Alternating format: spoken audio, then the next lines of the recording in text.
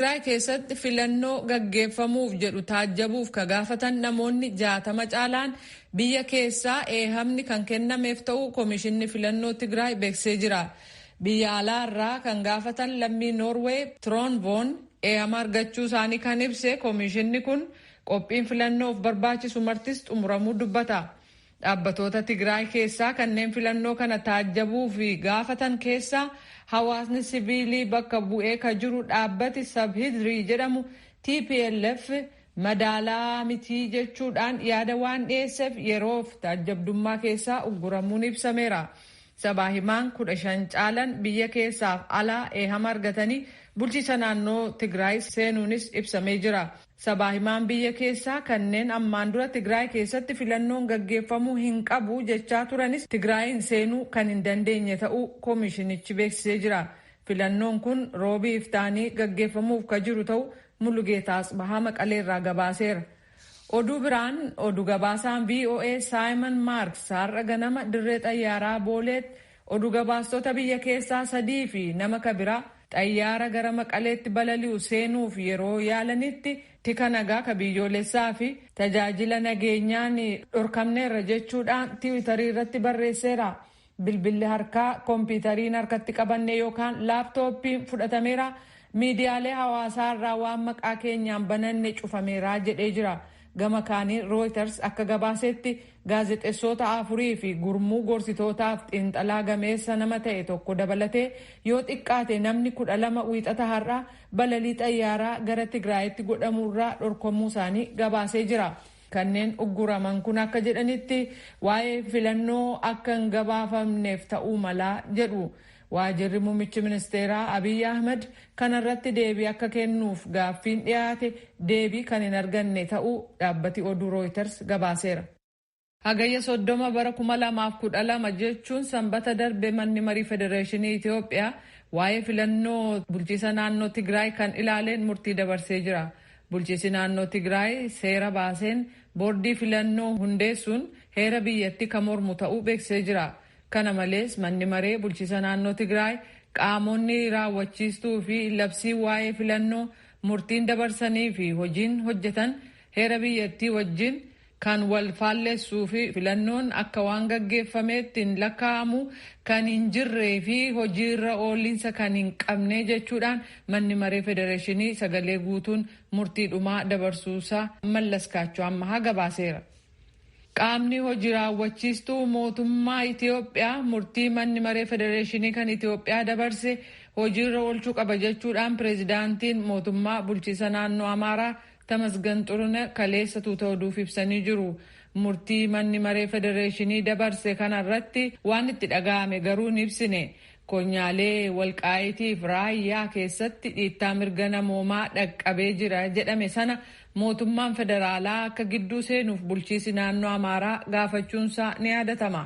Manni maree federeeshinii murtii baasee irratti naannoo jedhametti dhuguma dhiittaa mirga namoomaa dhaqqabaa akka jiru ibsee jira. Garuu tarkaanfii fudhatamuu qabu kan ilaaleen waan lafa kaa'een qabu jechuudhaan Asteer Misgaanaaw Bahar Daar irraa gabaastee jirti. Manni maree federeeshinii bulchiisa naannoo Tigraay keessatti filannoo gaggeeffamu seeraan ala fudhatama kan hin qabne ta'uusaa murteessuun waan gaarii ta'etu jiru. Naannoo Raayyaa fi Walqaayitiif dhiittaa mirga namoomaa dhaqqabee jira jedhameef furmaata kaa'uu dhabuunsaa kan isaanitti hin tolle ta'u paartiin Deemokiraatawaa Raayyaa Raayyummaa fi Koreen Eenyummaa Walqaayit Xagadee Amaaraa deebisuu fi hundeeffame beeksisanii jiru. Itti aanaa walitti qabaan paartii Deemokiraatawaa Raayyaa Raayyummaa Obbo Amaaree Guban murtiin mana maree federeeshiniin kenne ejjennaa gar tokkotti cite hin calaqqisuu jedhaniiru. Rakkoo jiru adda baasuu qofa otoo hin taane furmaata kaa'uun kanneen rakkoo kanaaf itti gaafatamoo ta'an murtii itti kennuu qaba tures jedhan. Filannoon Tigraay keessatti gaggeeffamuuf jiru bulchiisa naannolee kabiroo keessatti hojii diiggaa agarsiisaa jechuudhaan koloneel Dammaqan dubbataniiru. Maraafuu dhimma kana irra deebi'anii mana maree federeeshinii Itoophiyaatti kadheeffachuuf jiran ta'uu beeksaniiru. Sababa weerara vaayirasii koronaan kan ka'e Itoophiyaan geejiba uummataa irratti uggura keessee turte laaffisuu beeksistee jirti. Geejibi uummataa kan biyya qaxxaamuree deeman akkasumas atoobisii magaalaalee fi taaksiin lakkoofsa imaltootaa fe'achuu qaban guuttachuu danda'u jedheera. Mootummaan uggura kaa'amee ture sana yeroo dhukkubi COVID-19 hammaataa jiru kanatti maaliif akka laaffise hin beekamin jira. Somaaliyaa keessatti weerara dhukkuba COVID-19 sodaa uumeerraa kan ka'e gama dubartoonni ulfaa ogeessa fayyaa of ilaalchisuu fi daa'imman tallaalee argachuun kufaatii guddaa mudachuusaa aangawoonni eegumsa fayyaa kan Somaaliyaa beeksisaniiru. Haadholiin ulfaa fi daa'imman tajaajila eegumsa fayyaa dhabuun dhukkuba kanneen biroo hammeessuuf jira yaaddoo jedhu qabu. Amma oduu ispoortii qabna sora. Gurbaan ganna 17 dhalootaan biyya Afrikaa Giinii Bisaa'u tokko mataa oduu ispoortii addunyaa ta'uu jira. Abbaan Taayigoo nugusi kubbaa miilaa addunyaa horteen Arjentiinaa Liyoon Meesii Barseloonaa dhiisan deemu jedhetti biyyi fure tuttuun oduu ispoortiiti. Ansuu Faatii jedhanii yaaman. Gaaf ganni isaa jaha maatiin isaa Ispeen Seviileetti hin godaante. Baarsaan nam kana kubbaa miilaa barsiifachaa guddifatte. Akka garee biyyaatti ammoo kalee Baarsaa taphate. Yoo kalee taphate suni ganni isaa 17 fi bultii 311 goolii afran Barseloonaan Yukireeniin 4-2 moot keessa tokkisa galfate. Barkum 1924 asitti nami ganna 17 dhiyaatu akka Ansuu tapha jalqabaa irratti shaampiyoon liigii irratti sunu nami goolii galfate. Ansuu Faatii kan sunu meetirii 18 caal goolii irraa fagaatee galfate. Nami isaan duratti akkan dorgommii gurguddoo addunyaa irratti goolii galche Joan Rankiyut barkum 1925 gaafas nami sunini ganna 18 fi guyyaa 344 bule. Ijoollee Afrikaa hedduutti kilaboota kubbaa miilaa Awurooppaatii biyya addunyaa keessa taphaaf bibilliqa.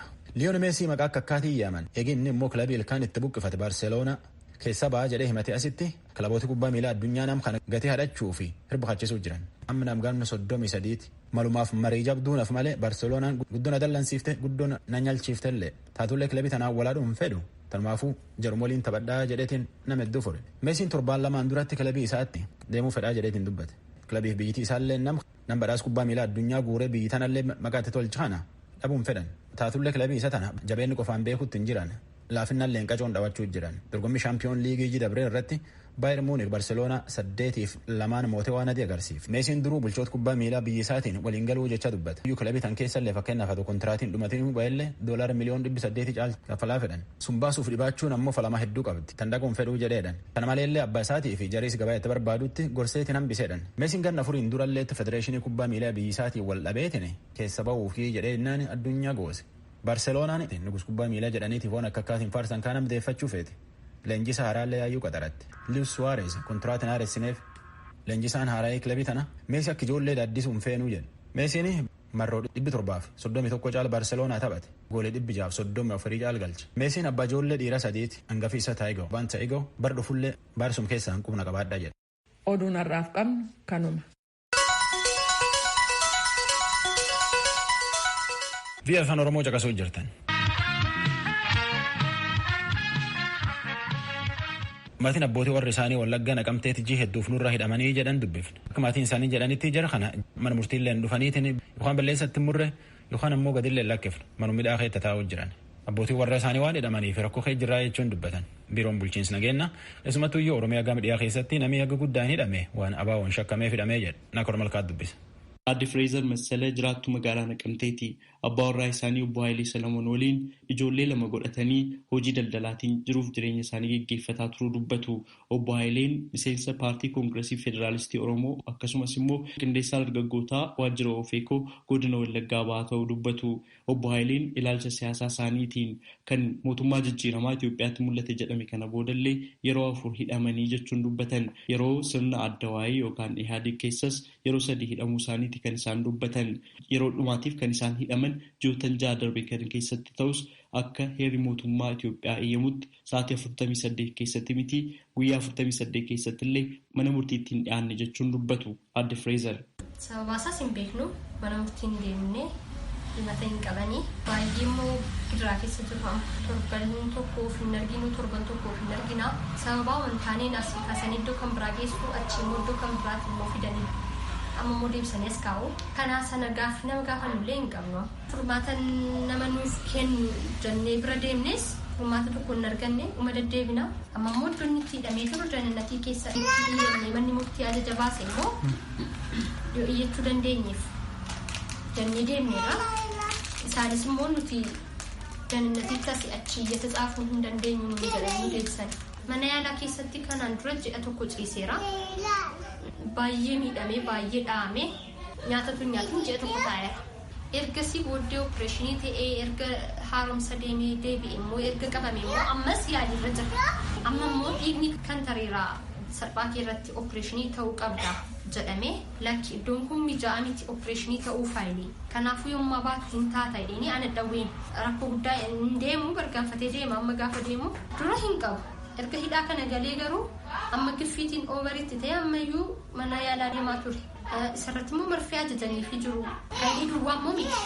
Hundumtuu warri isa faana hidhamanii jiranii hundumtuu miidhamoodha achi keessatti. Iddoo itti garafamanii nyan isaanii buurratee jirutti argita. Gadditee madhiista malee waan godhu hin qabdu. Haaluma wal fakkaatuun haadha ijoollee 3 ta'uu kan dubbatan aadde Shittaayee Ballaxaa abbaa warraa isaanii obbo Fiqaaduu Ayyaanaa erga humnoota nageegumsaa mootummaatiin qabamanii gaaffii tokko malee hidhamanii jala mataa jiraa jedhan. Abbaa warraa koo qindeessaa paartii koongireesii federaalistii Oromoo KFO godina Wallaggaa ba'aa waan ta'eef malee yakka raawwatee miti kan hidhamee jedhan. Kanaan duras irra deddeebiidhaan haala isaan ittiin hidhamaa turan ilaalchisee akkas jedhanii jiru. Fiqaaduun amma hidhamaa ta'ee jira. Hidhamuunsaa kun immoo hidhaa seera qabeessa miti. Kan ulaagaa guusee ulaagaa seeraa tokko guute miti. Yeroottis yeroo maleettis akkuma haadurreen hantuuta qabdutti qabanii wajji godhanii dhoksuudha. Sanaan booda waan ati gaafattee dhimma isaanii irraa bartullee hin jiru.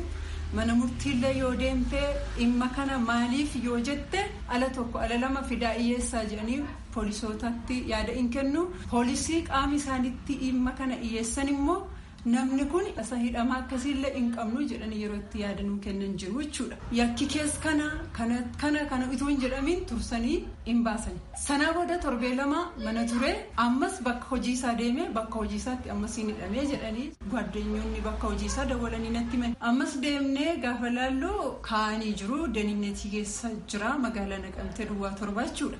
Achi nyaata isaanii deddeebisuutti kaan egaa waggaa guutuu deddeebisaa jiran. Haadholiin lamaan irra deddeebiitiin hidhamuu abbootii warraa isaaniitiin ijoollee isaanii irratti jireenya isaanii fi hariiroo hawaasummaa isaanii irratti dhiibbaa dhufe yeroo ibsan akkas jedhanii jiru.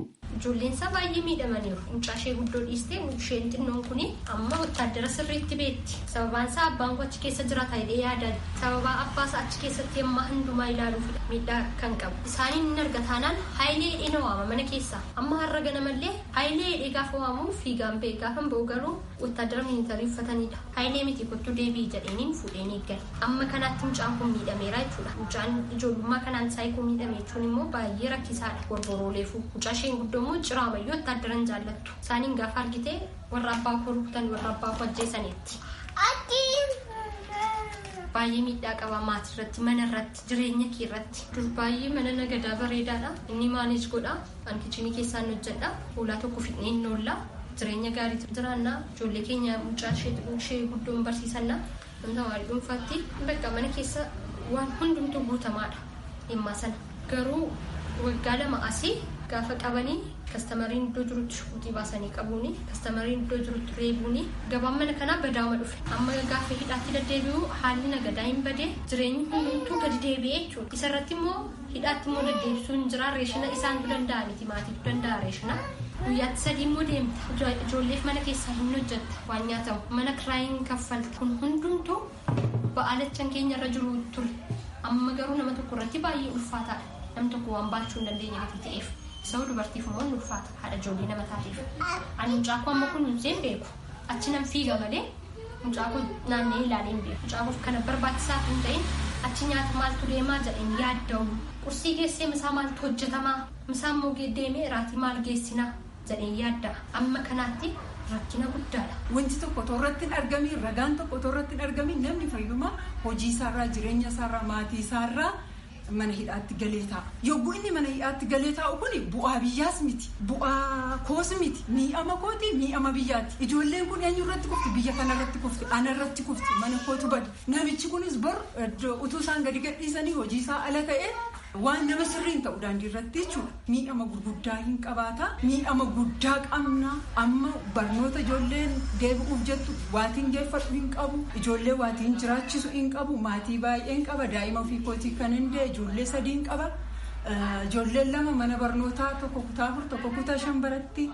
Daa'imni narraa kan harma hootu kan aannan dhugdu aannan wanti kireessinee obaasnu hin qabnu nyaata gahaa waatiin laannuuf hin qabnu baay'ee saamunaa dirasii daa'immaniif ittiin buucu lafa ittiin dhibee jirudha. Miindaan nurraa cite kanaaf nuti yakka malee baay'ee miidhamaa jirra. Dhimma eenyummaa ofiif dhimma haqa jiruuf dhugaa yoo dubbadhu soba waan jedhamuuf soba dubbadhu dhugaa hin dubbatiin sababa jedhu qofaatiif rakkoon amma kanaa nurra ga'aa jiran. Sagalee tokkoon kan jedhan haqni abbootii warraa keenyaaf haa kennamuudha. Wanti nuti furmaata jennee yaannu yoo namaa gadha yoo namaa taate namti kun yakka taanaan yakka masaatiin ragaatiin irratti mirkanaa'e utuu seeraaf nu iyyaate baay'ee jaallanna yakkan qabutuu ta'e immoo itoo nuu galee baay'ee jaallanna. Kanaafuu qaamni dhimmi isaa ilaallatu dhimma kana gadi fageenyaan nuuf qoratee furmaata akka nu laatu isiniin jenna. Gama mootummaarraa kan godhamuu qabu jarreen kun ragaa guutummaa qabu taanaan qoratamanii qorannaan sun yakka qaba taanaan mana murtiitti dhiyeessan. Nutis namni yakka dalage tokko yakka isaa hin adabamin hin jiru. Garuu murtii hin qabu taanaan badii hin qabu taanaan namni kun akkasumaan agaagulii ji'a 5 ji'a 6 hidhamuun itiksiin isaanii hin eeyyamu. Qaamni mootummaa hundumtuu kana ilaallatuuni furmaata itti nuuf kennu. Dhimma kana irratti akka deebinuuf kennaniif gara itti gaafatamtoota waajjira poolisii fi waajjira bulchiinsaaf nageenyaa magaalaa Naqamteef godina Wallaggaa Baatti irra deddeebiin bilbilus hooggantoota koomishinii poolisii naannoo Oromiyaa irraa deebii argachuudhaaf yaaliin goones milkoofne. Hoogganaan biiroo bulchiinsaaf nageenyaa naannoo Oromiyaa obbo Jibriil Mahammad dhimma kana irratti deebii kennanii jiru.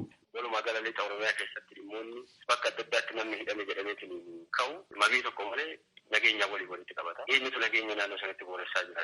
Saneedhaan walitti qabata. Namoonni mana hidhaa jiran. Namoonni tarkaanfiin hidhaadhaa itti fudhatame. Baay'een isaanii oolin ol jechuun walumaa gala guutuutti jechuu dandeetta. Naannoo lixaa kan jiran warra loltuu shaneetii fi dabballoota shanee yookaan immoo tuyyuu miseensota ciccimoo isaan hawaasa keessatti galchanii hojii hojjechiisu. Warri kun tarkaanfiin seeraa itti fudhatamuun isaa maa inni miidhaan isaa. Kun kana ta'ee namoonni qabaman kun karaa biraatiin immoo namoota paartii adda addaa as keessa jira jedhanii gaafiin yaadni ka'us hin jira. Miseensonni paartii adda addaa jiraachuu danda'a. Dabili warri ta'ee warra ejjennoo wal makaa hidhannoo fi siyaasa nageenyaa walitti makeetiin hin deemu waan jedhamu san sirriitti wal maddii ilaaluu barbaachisa. Abbaan gaafii kana dhiyeeffatu mataan isaa qulqullummaa keessatti rakkoo qaba jedhee qoratee of qulqulleessee hawaasa isa dhaabbatteef jedhuuf tajaajila kennuu danda'u qaba.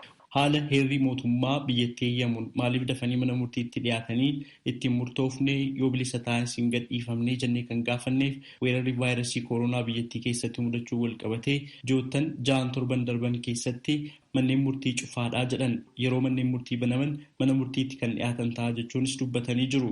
Poolisiin yakka namoota kanaa qulqulleeffataa jira. Haa ta'u malee yakki isaan ittiin shakkaman yakka ulfaataa waan ta'eef yeroo fudhataa jechuunis itti dabalanii dubbatanii jiru obbo Jibriil.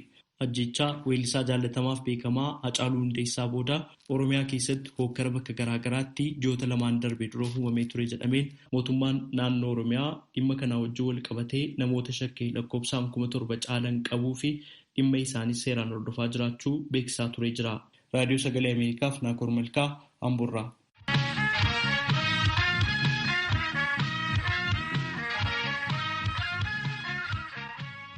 Via Afaan Oromoo Naayil Saatiif meetira baandii irraa caqasuu jirtan. Gama kana immoo qophii ammaan tana isinitti muutti jirtan halkan saata 4 irralleetti raadiyoo Ahaduu FM 94.3 irratti hir'isanii deebi'anii achirrallee caqasuu dandeettan.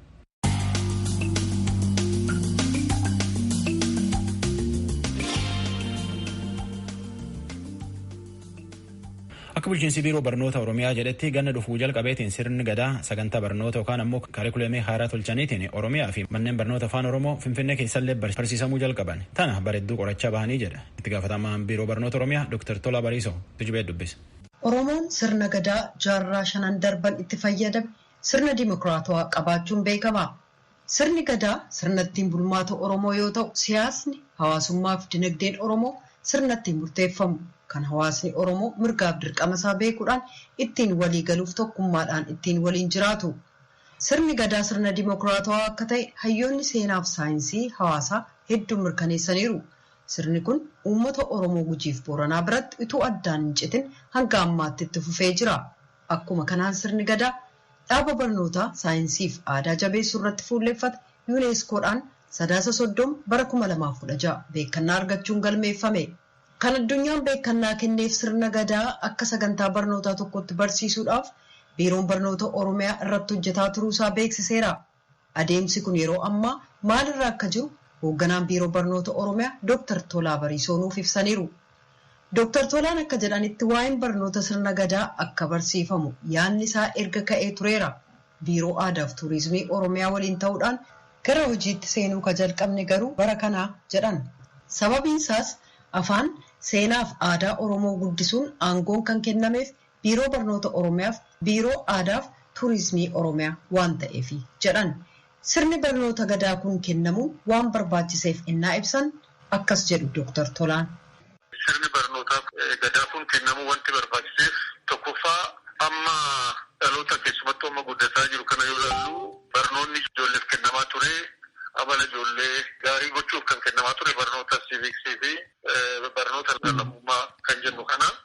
Inni kun ijoolleen qabxii galmeessanis fooyya'insa amala irratti inni fide badaa kan gammachiisaa nuti qabxiin argamu jechaadha. Kanarraa kaanee nuti maal gochuu qabna yoo maal goone ijoolleen daa'imummaa irraa ka'anii aadaa, duudhaa, seenaa isaanii baranii akkamitti guddachuu danda'u.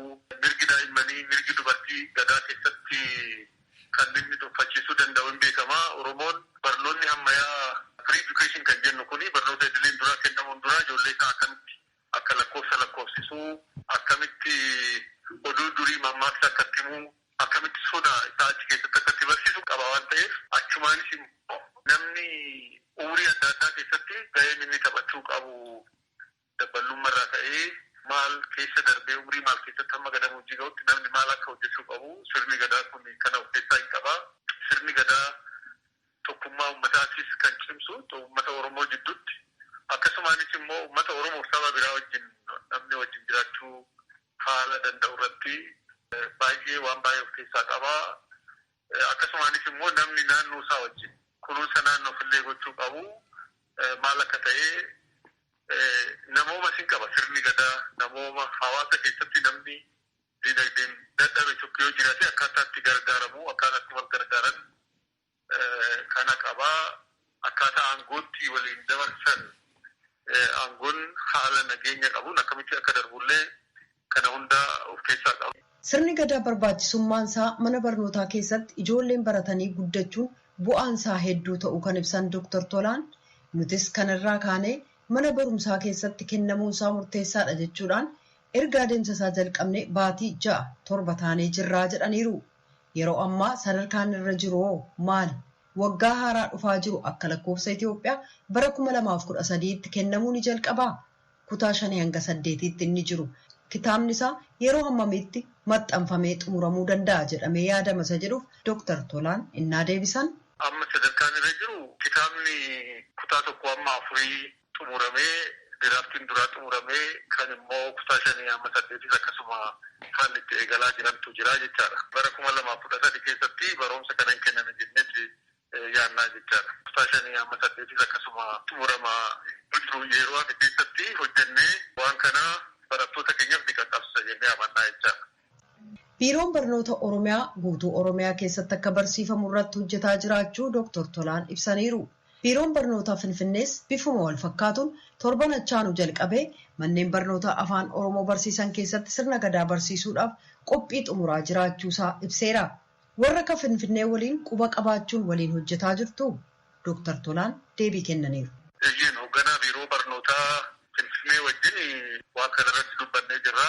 Isaanis kan amanan akkuma duratti kaasee afaan barnoonni afaanii fakkeenyaaf afaan Oromoo kennamu akkasumaanis immoo barnoonni sirna gadaa kuni kana hojjetee kariikulamii kana bocee barsiisuuf aangoo kan qabu biiroo barnoota Oromiyaa fi biiroo aadaa turizimii Oromiyaa ta'uu sirriitti walii gallee jirra. Gareen isaanii sun odeeffannoo doon qabatin eegalan ta'uu danda'a. Eega jalqabanii yeroo gabaabaa waan ta'eef waa walitti bu'uun qabu wanta isaan achitti jalqabatanii kan biiroo keenyaa dursee kan deeme waan ta'eef waan isaan walitti fiduun waa wal faalleessuun qabaatu jechaadha. Barnoonni kennamu kuni kan qaama kana lamaan beekamtii qabu ta'a. Oromiyaa keessatti, Finfinnee keessatti, Kamisee keessatti, Harar keessatti, Direedawaa keessatti, Beenishaangul keessatti, Gambee bakkee Oromoon jiru isaanitti bakka kennanu keessatti kan biiroo kanaan ilaalamee eeyyama argateetu hojiirra oolaa jechaadha. Kana jechaan ogeessonni sun wanni fayyadu kan biirooleen lamaan kun qopheessan irratti wanni dabalata qaboo jiraate achi keessaa wanni fudhannu jiraachuu malaa jechaadha. Garuu kan gabarni godhu kan biiroon keenyaaf aadaaf turizimii baasu kana ta'a jechaadha. Barnoota sirna gadaa kana jabeessuuf bajeti ramadame yookaan kitaabonni nagame akka maxxanfaman beekuun ni danda'ama yoo ta'eef gaaffii isaaniif dhiyaateef Dr. Tolaan akkas jedhan. Amma beekuun nu rakkisaa kan kutaa tokkoof amma 8 amma nuti fayyaannee jirru yeroo kana bara kana keessatti kitaaba barataa maxxansuuf yeroon gahaa waan hin taanee fi kitaaba barataa fi qajeelcha barsiisaa kan qopheessinu kana keessaa kan qajeelcha barsiisaa amma ta'u maxxansinee kitaaba barataa immoo bifa soft coppiitiin haala barataa bira qaqqabuu dandeenyuun hin yaalla. Adeemsi maxxansi kun yeroo fudhachuu danda'a. Akkasumas immoo barsiisota kanaan leenji'anii ba'an waan hin qabnee fi barsiisota afaanii, seenaa, siivikii akkasumas aspektii barnoota kanaan xiqqoo walitti siquu danda'an jennu leenjii gaggabaabaa kenninee kan itti deemnu ta'a jechaadha. Kanaaf baay'ina kitaabaa exactly barsiisaa hamma kanaatii jennee kaasuun